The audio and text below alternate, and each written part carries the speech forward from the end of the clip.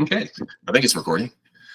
So thanks for joining us today on March 17th, St. Patrick's Day.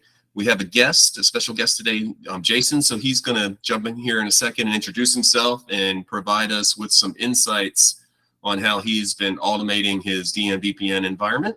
So without further ado, for the front end of the session, go ahead and take over the screen, Jason. All right, well, let's see if we can make this work like it did in practice here.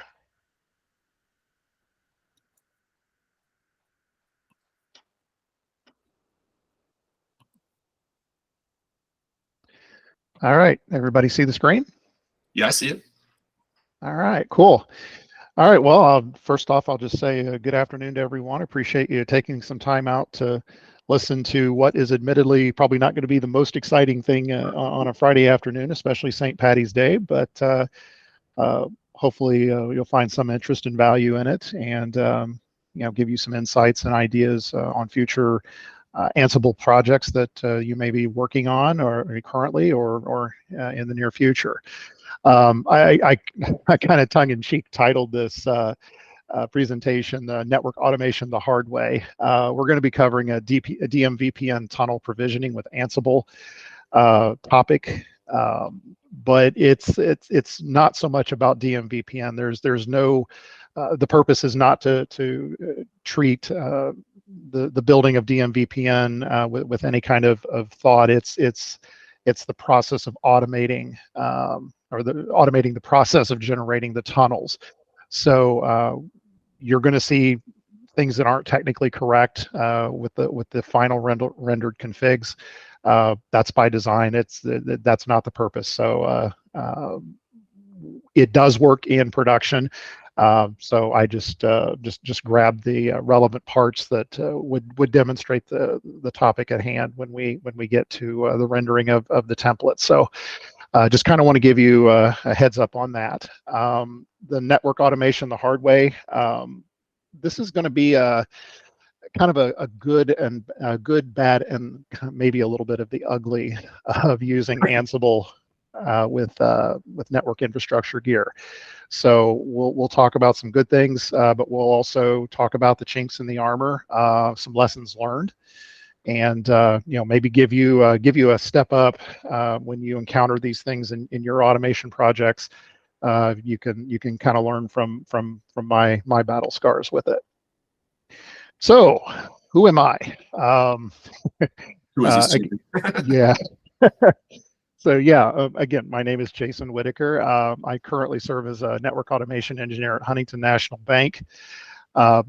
Joined the bank about 6 months ago as a contractor towards the end of 2022, but then transitioned over to full-time employment with them at the beginning of the year. And my background is one that's probably like most folks here. I was your traditional route switch guy, many years. Been doing the automation switch for a fraction of that time. So, but I made a deliberate pivot when I moved to Texas. Kind of moved away from being a command line jockey to doing automation work and focusing on network as code, infrastructure as code, that kind of thing, and kind of embracing the movement of the industry towards automation. And in my free time that is dwindling, I do enjoy continuing to be a geek after hours. I enjoy playing with software-defined radio systems within amateur radio. Yeah, I'm one of those guys. I also enjoy a good game of Factorio and City Skylines. So can't even relax from setting up metrics and logistics and logic in my game time. So I can't help myself sometimes, I guess. All right, so DMVPN tunnel provisioning with Ansible. As I briefly mentioned earlier, the use case for this particular project was a case where we needed to transition our legacy DMVPN tunnels to some new DMVPN head-end equipment that was installed at a new data center location that we were migrating to. So we were basically in the process of shutting down one data center and moving all of those tunnels that went to that particular data center over to the new one. And we needed a way to transition the tunnels based on their current config state. So what the play does, among other things, is it builds the new tunnels based on the current config state of the existing tunnel, the legacy tunnel. So we don't reference a list of tunnels for a device. So we don't have a device X. These are the tunnel configurations. What we end up doing is we go to the device and we look at the tunnel configuration as is. And then make our configuration changes based on a variables table, which I'll show you here in a moment, to assign to those tunnels as they're dynamically discovered. The play was created to configure up to 3 tunnels per device, and we touched around 1,200 routers, give or take a few. So it was a fairly robust play running it at scale, and it worked well. So I'm happy to report that we made it through, but it wasn't without some challenges and some complexity, and we'll talk about that here in a moment. Hey, Jason, just a quick question. Are you going to Sure. touch like any of the tuning you may have done? Oh yeah, definitely. We're gonna. In fact, it's a good segue into our demo here. So I'll go ahead and start describing the play and showing you that, and then we can go through some of the tasks and such. So let me get out of that. All right. So I think you can see my Visual Studio Code page. Okay. Yes. All right. Cool.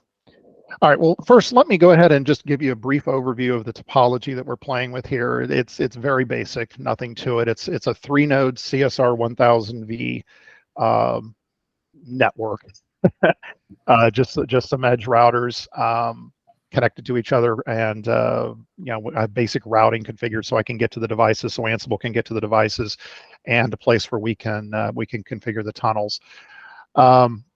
This is the console. I'll go ahead and log into one of them here.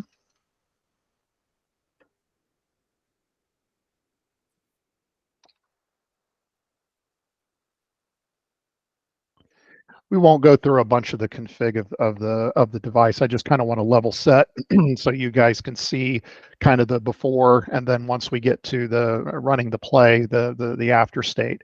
So right now we only have the in-band Ethernet interface, and then we have the 3 tunnel interfaces that we'll be working with, tunnels 10, 20, and 30. Let me just show you what the tunnel config looks like. Like I said, this would never work in the real world. This is just to get the pertinent data that we cared about when we were going to build the tunnel. So we have a description of the tunnel itself. Then we have a bandwidth statement, and depending on the tunnel type, there might be a bandwidth receive statement. So we care about bandwidth statement. We care about the IP address. We care about the NHRP group spoke name, and we care about the tunnel source. So those items that you see right there, these 1, 2, 3, 4, 5 items, those will be items that the play will work with, that it will assign facts to and from, and build the tunnels and all of that. So this is the information we care about. And just so you can see the tunnel receive, if we look at the same thing, except we have a bandwidth receive statement here. So this would be for like a DIA access or an asymmetrical service that you might have through a cable provider or something like that. So these are the elements that we care about. So that's just kind of level set. If we go to the other 2 routers, you'll see the exact same thing, except you'll see the addresses change. So the last octet will be 1, for CSR2 it'll be 2, CSR3 it'll be 3, and so on. So nothing major there. So that's the topology that will be that the play will be talking to. Let me go ahead and kind of talk about the play itself. There's a little bit going on here, so we'll kind of start with what makes up the play itself. So the first part is the the actual play, the DMVPN tunnel build YAML file itself. It's fairly long. We will be going through it. I'll try to make it as interesting as possible, but it's fairly involved. And it's involved because of the lessons learned and some of the weaknesses of this approach. We'll talk about that later, but it was done out of necessity. So this is kind of, you can kind of think of this play as this is a worst case, most complicated approach to achieving this goal that you could probably have.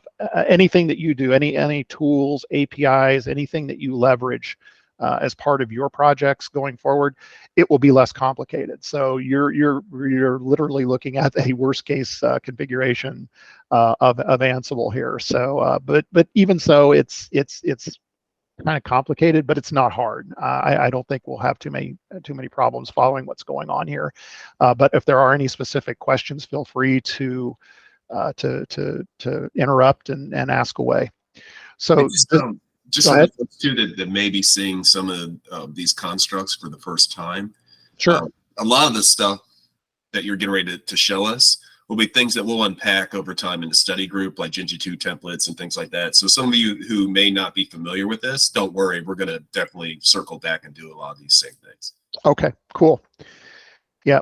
Yeah, and again, ask questions if Tony, if time and all of that works. You know, I have no issues, answering any questions that I can, and we'll talk about whatever we need to as long as we need to. So my time is your time. All right. So that is the play itself, but the play relies on a couple of different things. It relies we make some pretty extensive use of Jinja templating. I won't go into Jinja templating as far as describing how it does what it does and all of that, because I know that's going to be covered in the future or the near future anyway. But I'll kind of walk through it and kind of just you can kind of get an idea of what's going on and the details are probably not super important, but just understanding the process, and we'll talk about that. We have the actual template that we use to build the tunnels. I'm not going to, like I said, not going to spend a bunch of time on this, but the one thing I do want to point out is these variables. So this is where kind of the logic is being determined. If it sees that, hey, I've got a tunnel 10, which is the original tunnel that lives on the box. When it sees that, then it knows, okay, I need to execute this section of the template. And that's where we start grabbing the various bits of information that I showed you that we care about. We grab that from another file that I'll show you here in a moment. But the point is, this is where that transition happens from, if I have this, then this is what I want the final tunnel to look like, and that magic is, if you will, is kind of done all in this template. And this template is pretty convoluted, right? But it is for creation of up to 3 different tunnels. So it's really pretty much, once you get through the first tunnel definition here, it's just that repeated 2 more times.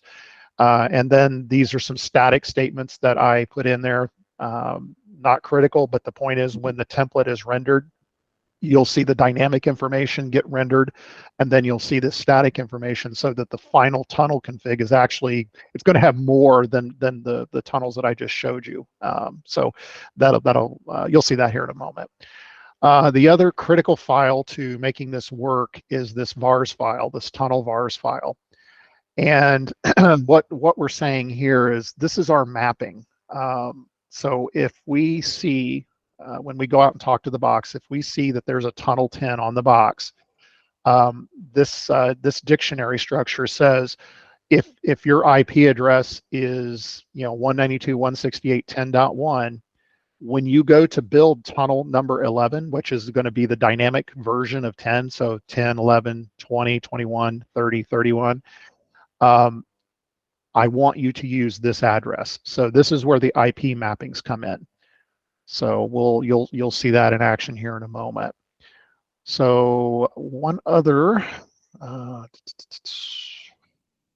we'll come back to the provision files here in a minute. This is what actually gets rendered and gets sent to the box, but we'll we'll go to these files after we run the play. So before we do that, though, I know I've thrown a lot out there. We kind of jumped around a little bit. Are there any questions, any clarification, or anything before we actually move on to doing something here? Okay. I will take that as we are good to go. What I'm going to do is I'm going to just run the play, but I'm going to steer the output to a file. I suppose I could use T or something like that, but I don't have that. I don't have that command memorized in my head. So I'm going to go ahead and just send all of the output of the play to a file, and then we'll look at the file. The file is going to be pretty big, and the scroll buffer here isn't really long enough for me to start and kind of work through the different points that I want to demonstrate in the play. So let me just go ahead and kick this off. It will take about a minute. DMVPN tunnel build. So it's going to be silent, but we can, while we're on the box, we can see it logging into the routers.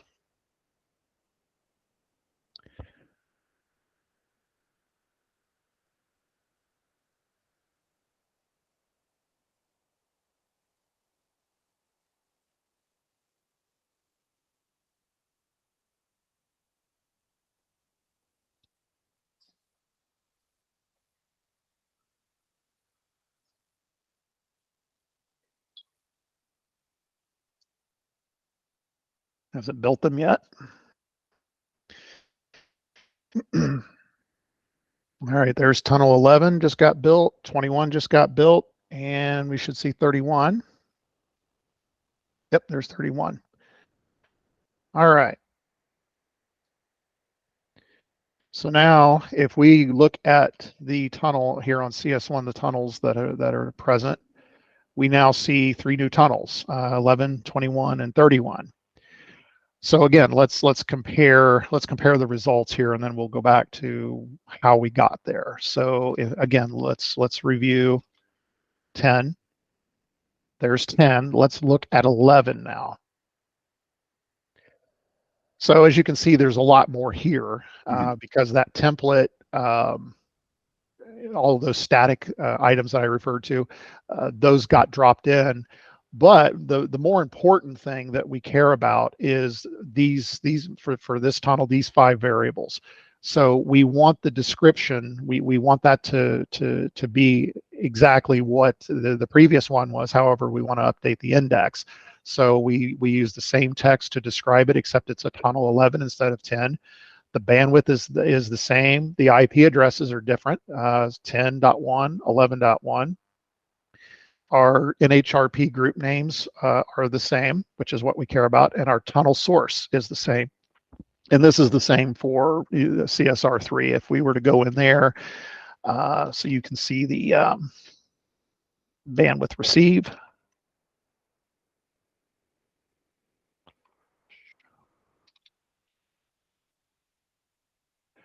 .30 and then 31. So bandwidth of 10 meg, a bandwidth receive of 50 meg, and same thing there. And then everything else, of course, is mapped per this file here. Okay, so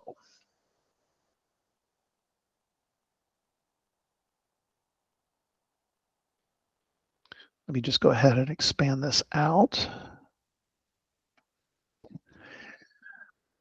All right, so let's jump into this craziness. And let me see, I don't know if I can put these side by side and have enough room. I'll try it. If it gets too busy, we'll close it out. But let me see if I can do this for you here, so we can kind of go side by side here, and we'll walk through this. I'm going to kind of go through this quick. There's a lot here. I don't want to spend a bunch of time on it, but there's some points here that I wanted to show you, not just what Ansible's doing, but the results that it's getting back from the box, so that we can kind of see, the logic, the flow of the play. I will make one other comment here, and this is just kind of my opinion. I wouldn't point you to something and say this is fact. It just helps me think about when I'm writing my play, or I'm looking through when I'm setting the play up. I think of it as, what would I do from the command line? And if I were to try to describe to another person what I wanted to happen, the process that I would go through, how would I, what are all of the steps that I would implement by hand, or that I would evaluate in my mind, and then, make that change with the keyboard. You can kind of think of Ansible in that fashion. Ansible, we tend to think of it as as just a scripting language, a domain-specific language for scripting. However, one of the other things that I found that might be kind of helpful is to, if you have any experience with Python, I kind of think of Ansible tasks being equivalent to Python definitions. So if you were to try to write the Ansible play in Python, you would create these functions, right? You'd create these functions that do certain things. Well, that's what your tasks are doing, right? They're doing one thing, and then they're passing their data to the next function, and so on. So I tend to think of Ansible as almost like a programming language for networking. So as we go through this, I think you'll kind of see that connection. And it just kind of helps me think about when I'm sitting down to write a play, okay, how do I want to even get started? Well, I start with, what is the goal of the final config that I'm trying to get to? But then, how do I accomplish that with the keyboard? And then each of those steps I then put into a task. So that's how I took the approach to writing this play.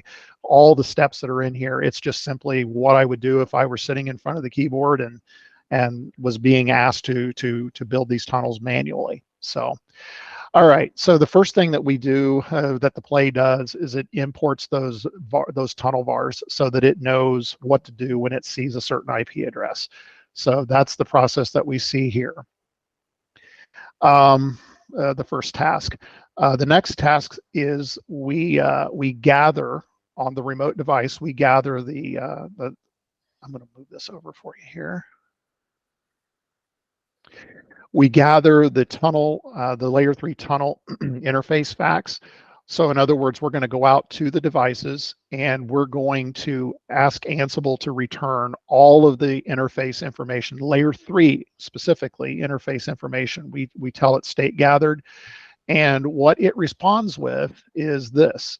So this is gathered, and here are all of my interfaces that, if you remember when I did a show IP interface brief, well, here's the JSON structure that comes back for the device. So there's our boy, this mouse is not working for me too well here. All right, let's try that. All right, so there's what we care about. We care about our tunnels. So our tunnels 10, 20, and 30. All right, interface facts. That's what we're looking at right there. So the next step, I'm going to fix this so that I don't have to keep going back and forth. This is kind of a pain. Currently defined tunnel interfaces. So what this step is doing is it's taking the information that it just gathered, and it's mapping them to variables. And it's specifically looking for any interfaces that the box returned. It's looking for the string tunnel. And if it sees it, it writes it out to a data structure. That's all that step does. And we can see here the results of that.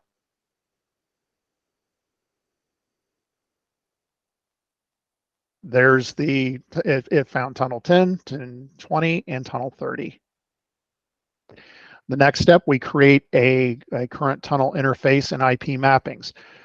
So I'm not going to go through that hot mess, but what we're doing there is we are building a data structure that puts this mapping in memory. So we have tunnel 10, this IP address. Can I say something real quick? Just to sure. Just to clarify. So when you're gathering facts, you're pulling in JSON data, and then as you're leveraging in your variable you'll see that, it's pipe, and those are filters Yes. that he's using. Yes. So like those, there's different types of filters. There's a lot of documentation on it. That's something that over time you'll start to leverage, because it's easier for you to point to or parse to specific data or manipulate it, by including those. And good segue. I wasn't going to really mention it, but since we're on the subject of filters, this little filter right here, this guy is your friend. It's a built-in Ansible filter, and what it does is it allows you to convert from dotted decimal notation to CIDR. So in this case, on down the play, I need to know what the mask is. I don't want the dotted decimal notation of the mask. I need it in CIDR, so I can go ahead and convert that on the fly, and that's what we have here. So we have this structure being created, and you can see that it's using CIDR. When the box originally reported the standard 255.255.0.0 subnet. So, all right, I don't think this is going to work. Give me a second. I'm going to close this out, and I'm just going to, I'll just switch back and forth. It's going to be easier because this is just too noisy. All right. So this step, we create our mappings, and we have our notation where we're converting. The next thing that we do, I went ahead and left this in here as I wanted to make a note about this, and this is going to be one of the items that this drove me nuts when I first happened across it, but it was something that was a deal breaker, and it broke the play something awful, and it was something I was never even aware of. So when you're building your plays, a good practice, and this is what I try to do with every play that I write, is I create it as a role or an include, depending on the need at hand. But the idea is to modularize what you want to do. So in this case, what we're going to talk about next. So from this, these 5 hash characters, from there down to here, that was originally a role. So I didn't want to clutter up my play, excuse me, with all of this, right? So I thought, well, hey, let's put it into a role, and we'll call that role when we need to, and we'll just pass the information to it, let it go out, let Ansible do its thing with the role, and spit that information back to us. Well, it works in theory, and in some other cases, it probably would work okay if I wasn't trying to find information dynamically. So what ended up happening is, because I'm running this play against 3 different devices at the same time, so Ansible kicks off threads for all 3 of those devices and goes out and grabs that information. And so you're dealing with multi-threading at that point, right? So you've got Ansible scheduling the operation and when these plays get kicked off. The problem I ran into is, because you can't control that scheduling, the situation was happening where Ansible would maybe go out to device 1, and then the next thread that it was supposed to go to, in sequence it should have been 2. Well, it went to 3, and then it went to 2, or it went to 3 the first time and then went to 1 the next time, or it was random, and it was totally unpredictable. The problem is that it screwed up the data when it came back, and I write this data that I get back from the device, I write it out to a variable, into a list, and what ended up happening is the list got destroyed. Everything got out of order. I had variables for one device pointing to another, and it was a disaster. And the only thing that I could find to work around the problem was to force the play, the thread that runs the original device, to include all of that work in that thread. That worked. To me, it feels like a hack. Yeah. But that's what I had to do. And I found some information out there on the internet about doing that. I found some other network guys that ran into the exact same problem. They didn't have a solution though. They posited what they thought it might be, but they never posted back what they did to make it work. So I kind of played with this and found that by going ahead and not calling a role or doing an include for those functions, just putting them in the play directly, that took care of it. So all of this, like I said, all of that stuff between those two asterisks, that all would have been taken care of by that one include right there. And you can see that makes things so much nicer and cleaner, but the thread would not work.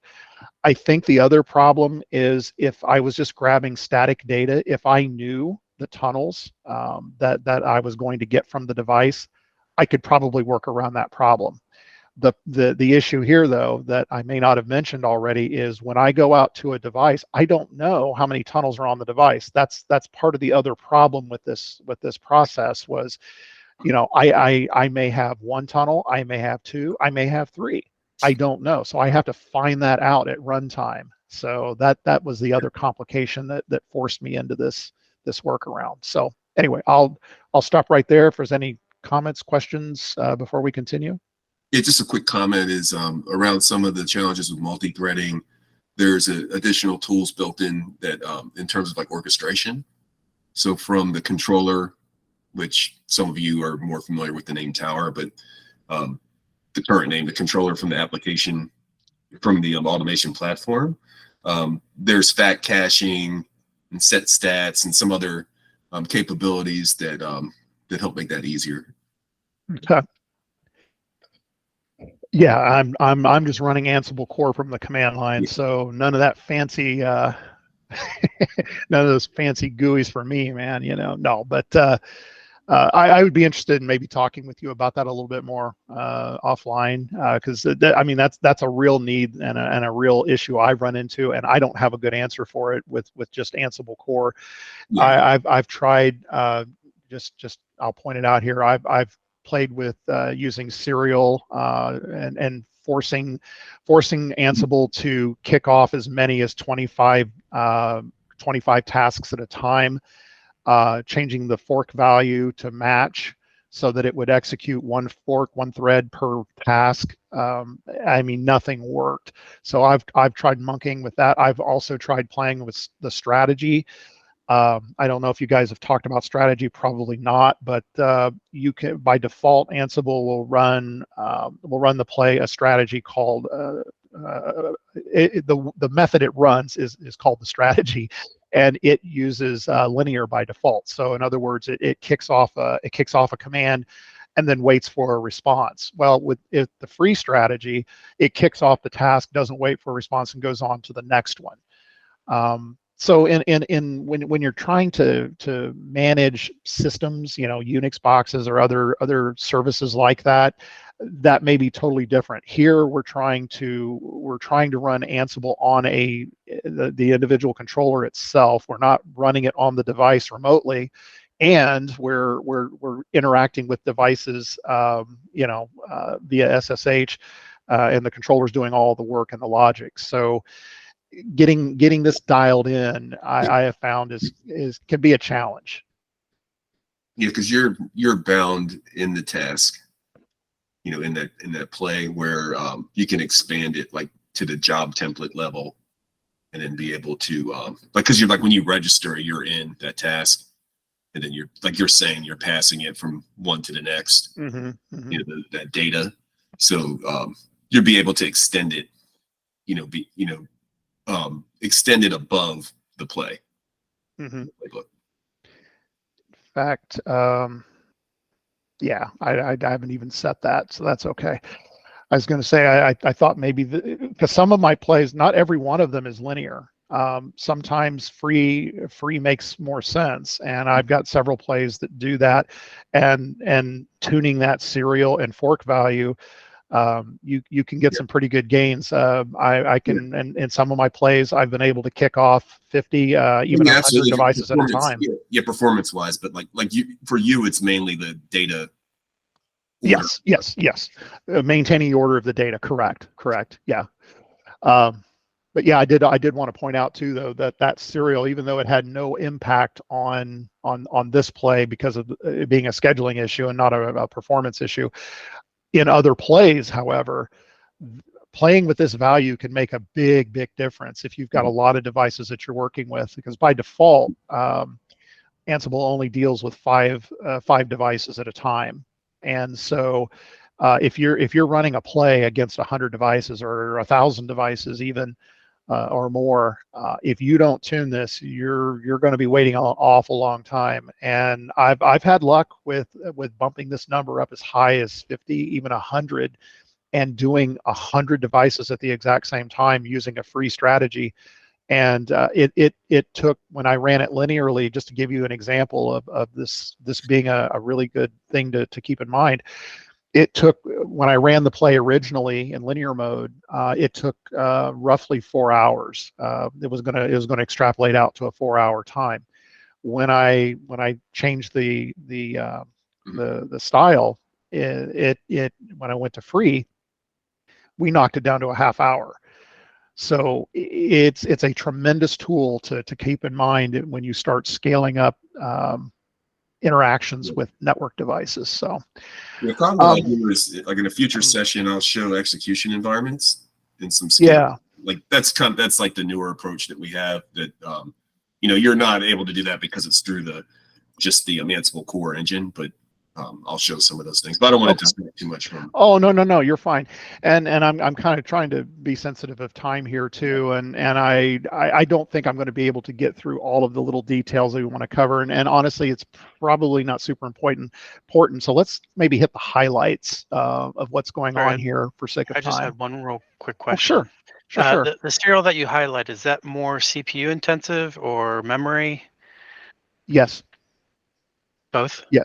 Yes. When you set the forks and you set the serial, and depending on the play, some plays I was able to go as high as 100, but running another play, it brought the system to its knees, so I had to back it off. I have found that 25 is kind of a good number for all around, and if the play that I'm running at that time, can accept a little more, if the system can provide it more resources, we'll bump it up. But yeah, absolutely, it's good for using Ansible with a lot of devices, but yeah, you can get yourself into some trouble with that if you just start arbitrarily dropping that number to some high value. Okay, thank you. Okay, so the purpose of this this role, which is basically between the 10 hashtags there, the purpose of that role was to gather the current tunnel parameters. So instead of going through this step by step, as the name says, we're going to go out and gather all the information about the tunnels that are on the device. Again, we don't know what's on the device until we run this. So that's why we can't predict what we're going to get back. So at this point, we're now down to our ending of the function of that role that we would normally make a role. And now we're going to start processing the information that we have gotten back from the device. So I'll just kind of hit this. This is just debug information that I print to the screen so that the person running the play can kind of at a glance kind of get a status of where we are. This is where we're at in the play. This is what so for this device, here's the tunnel I found, the address, bandwidth, receive, and all that. So these are all the key parameters that we want, and this would obviously be logged, and so if something went wrong in the play, I could go back into the logs and I could say, okay, for this device, I got back everything except this one parameter over here. So that's the only purpose of that debug there, is just kind of give you a heads up as to where we are in the current status of the play. Tony, did you have something, or? Oh no, I was just agreeing with you. Oh, okay.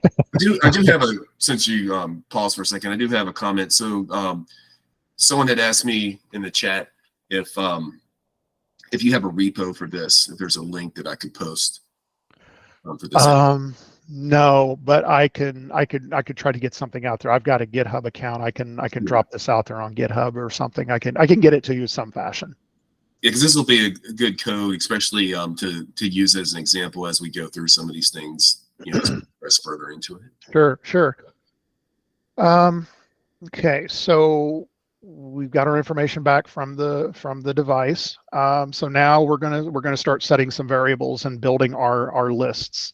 So right here, we're building a list called legacy tunnel definition. So we're putting all of this information that we got back. We're now going to start putting that into a variable that we can process later. So here we're going to combine current tunnel parameter facts into an operational state fact. Keyword being operational. That is the dynamic piece of this. I want to make sure I emphasize that. I'm sure everybody gets it. But again, the purpose of this was we don't know what we're getting into. So we put guardrails around what we need, but ultimately we don't know what's going to come back. So we have to write that out and then do something with it later. I won't go through all the zipping and stuff, but if you're familiar at all with Jinja, with Jinja templating or Python for that matter, this is just a method of creating combining lists. So we get the data with those 5 pieces of data or 6 pieces of data from the device. So variable, variable, variable, variable. Well, we want to zip all of that into a nice list, and that's all this is doing here. So when you see zip and toList and all of that, just think that's converting the data from the box into a list structure for future processing. That's all we're doing there. Next step, we determine the new tunnel IP address from the included tunnel vars file. That's pretty self-explanatory. That's where we go out and we start parsing this information based on the data that we got back from the device. The next step, we build a new tunnel parameter fact. So this is where we start doing what we did up here, where we took the information we got from the box. Now we're going to reverse that process, and we're going to build a tunnel structure that includes the new information that we want to build the new tunnel with. So this is from old into a list, and this is from the new into a list. I do some more debugs there for showing where things are, where we're at in the play. Just kind of just again, kind of a heads up.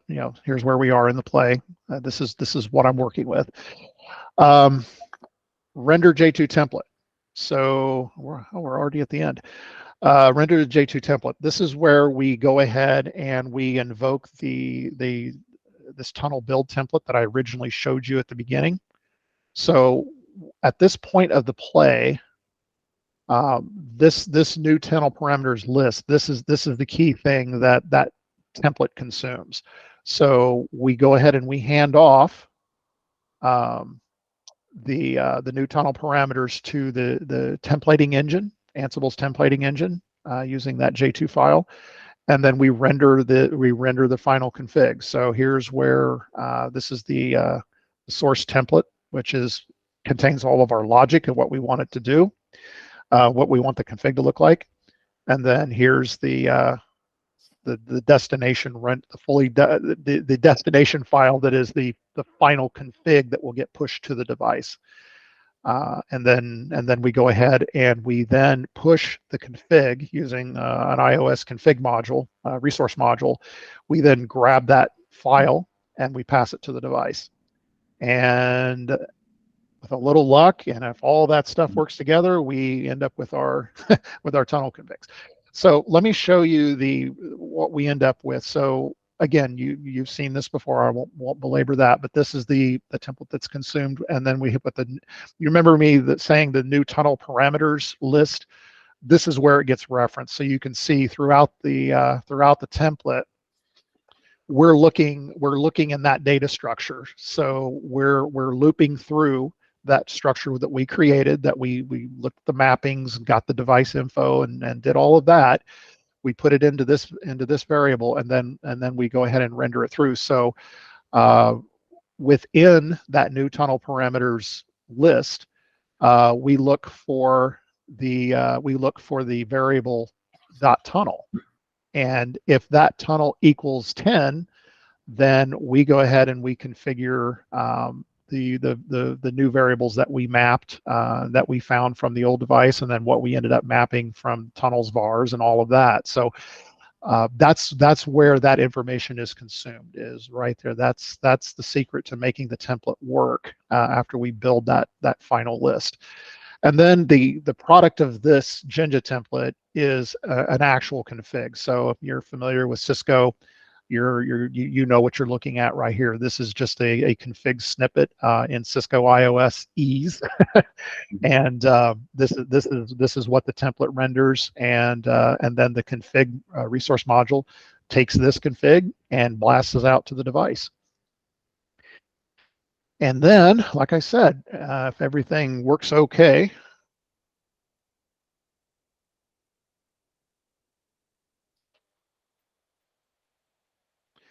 we end up with a working config. So we also, one of the safety features that we built in, it's not really necessary, and this is really more of a technical thing with Cisco, but one of the things that we wanted to be careful of is we didn't want these tunnels to be coming up inadvertently.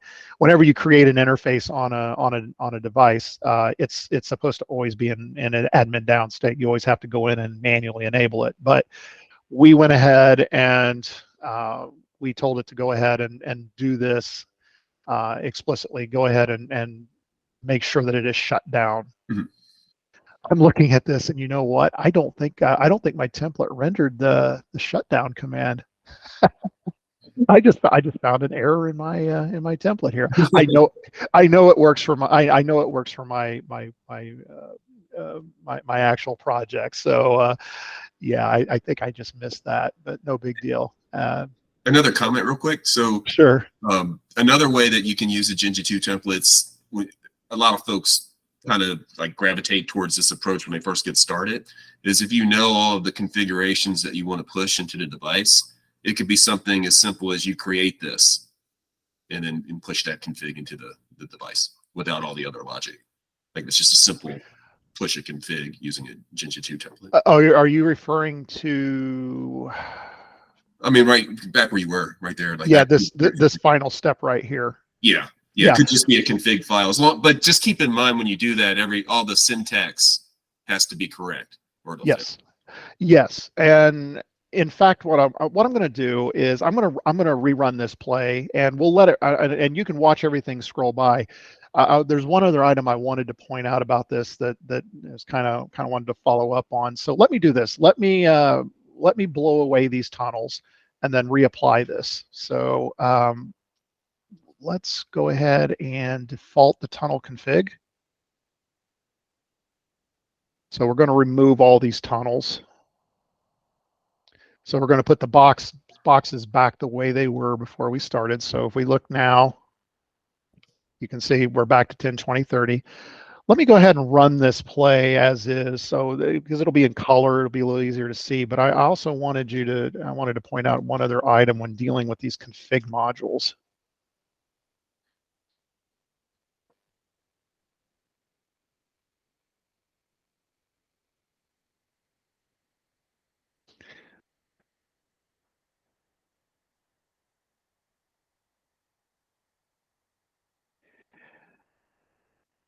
And also another item I wanted to point out was that final structure, that new tunnel parameters.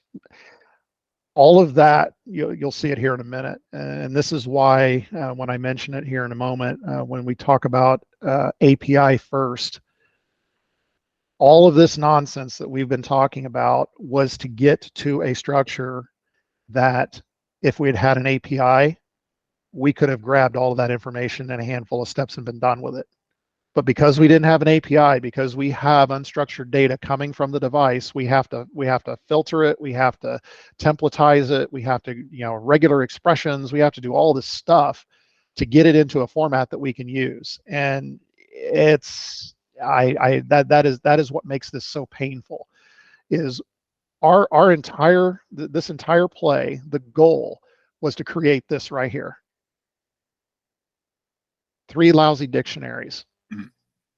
And we had to go through all of those previous steps because the data was not in this format. We had no JSON, we had no structured data, we had no API, we had nothing. that we could grab this. Now, to get around this, to make life a little easier in the case that you don't have an API, Network to Code makes some great templates. They've got some great vendor neutral. Well, I should say vendor neutral. They got some very vendor specific templates out there that for all the various platforms, the big guys, PyATS for Cisco stuff.